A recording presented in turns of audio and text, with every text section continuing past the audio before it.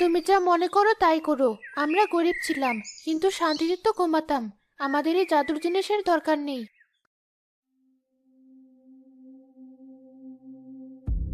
জলপরি, নদীর রক্ষক জলপরি, দয়া করে একবার দেখা দিন।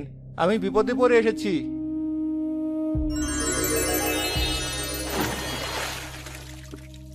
কি হয়েছে সোহেল? তুমি আমাকে অসময়ে ডাকছো কেন? জাদুর হাড়িতে কি কোনো সমস্যা হয়েছে? না জলপরি, আপনার হাড়ি আমাদের অনেক খাইয়েছে, আমাদের অভাব ঘুচিয়েছে, কিন্তু আমি এই জাদুর হাড়ি আর রাখতে চাই না। কেন সোহেল, তুমি কি আবার সেই কষ্ট আর অভাবে ফিরে যেতে চাও? তুমি কি চাও তোমার মেয়েটা আবার না খেয়ে ঘুমাতে যাক? অভাবকে আমি ভয় পাই না জলপরি, কিন্তু বিনা পরিশ্রমে পাওয়া এই জিনিস আমার মনে ভয় ধরিয়ে দিয়েছে। এই হাড়ি মানুষের মনে লোভ সৃষ্টি করছে। আমার এক প্রতিবেশী আজ লোভে পড়ে এটা চুরি করেছিল। তার জীবন প্রায় শেষ হতে বসেছিল। আমি চাই না এই হাড়ির জন্য আমার পরিবার বা এই গ্রামের কোনো ক্ষতি হোক। আপনি দয়া করে এই হাড়িটা ফিরিয়ে নিন। তুমি কি নিশ্চিত সোহেল? এই হাড়ি ফিরিয়ে দিলে তোমাকে আবার সকাল থেকে রাত পর্যন্ত নদীতে পড়ে থাকতে হবে। আমি প্রস্তুত জলপরি। আপনি যদি খুশি হয়ে আমাকে কিছু দিতেই চান, তবে আমাকে একটা মজবুত জাল দিন, যে জাল দিয়ে আমি প্রতিদিন নদীতে মাছ ধরতে পারবো।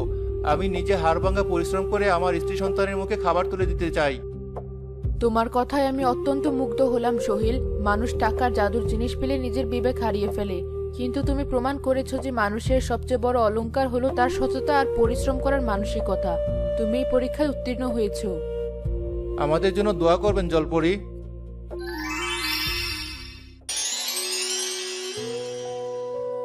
জাদুর হাড়ি আমি ফিরিয়ে নিলাম, আর এই নাও তোমার নতুন উপহার, একটি জাদুর জাল।